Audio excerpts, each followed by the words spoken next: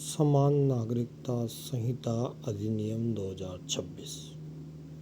समान नागरिकता संहिता अधिनियम 2026 को राजस्थान विधानसभा में प्रस्तुत किया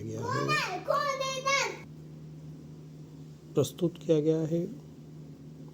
ये विधेयक राज्य में सभी धर्मों और समुदायों के नागरिकों के लिए विवाह, तलाक, उत्तराधिकारी और व्यक्तिगत मामलों में एक समान कानूनी ढांचा प्रदान करता है।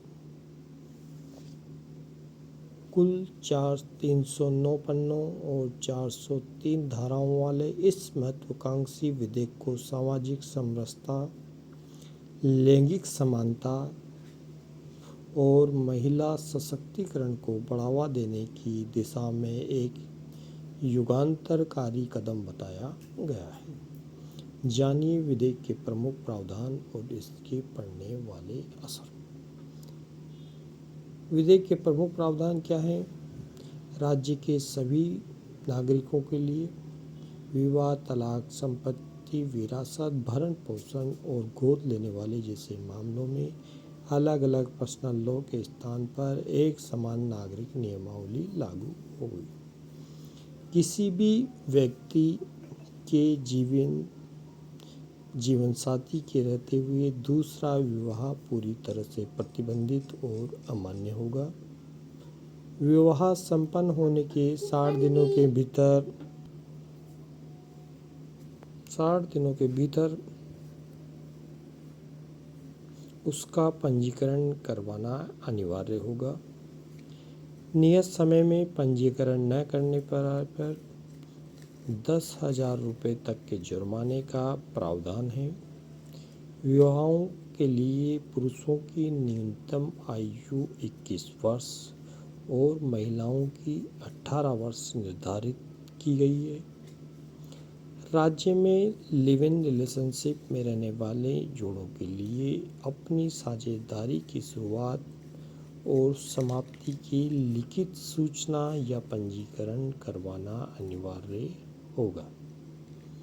कानून में नागरिकों को अपने अपने धार्मिक अथवा मान्य प्रथागत रीति रिवाजों के अनुसार विवाह संपन्न करने की पूरी स्वतंत्रता होगी। उसका विधिक पंजीकरण अनिवार्य होगा। राज्य के अनुसूचित जनजाति समुदायों को इस विधेयक के दायरे में पूरी तरह मुक्त रखा गया है। वो अपनी सांस्कृतिक परंपराओं और रूढ़िगत अधिकार अक्षुण्ण रख सकेंगे। विधेयक का असर।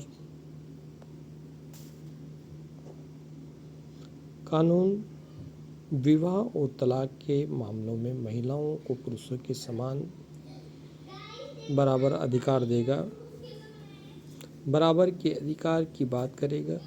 वसीयत, विरासत और पैतृक संपत्ति के मामले में बेटियों, विवाहित और अविवाहित दोनों तथा गर्भस्थ शिशुओं को भी बेटियों के समान उत्तराधिकार प्राप्त होगा। लिव इन रिलेशनशिप और पुनर्विवाह से जन्म लेने वाले बच्चों को कानूनन वैध संतान माना जाएगा, जिससे उन्हें माता पिता की संपत्ति और भरण पोषण का पूर्ण अधिकार मिलेगा। विभिन्न धर्मों के जटिल और बिखरे हुए पर्सनल लॉ की जगह विधेयक से सरल, सुलभ और एकीकृत कानूनी व्यवस्था लागू हो सकेगी। इससे अदालती विवादों में कमी की उम्मीद की जा रही है।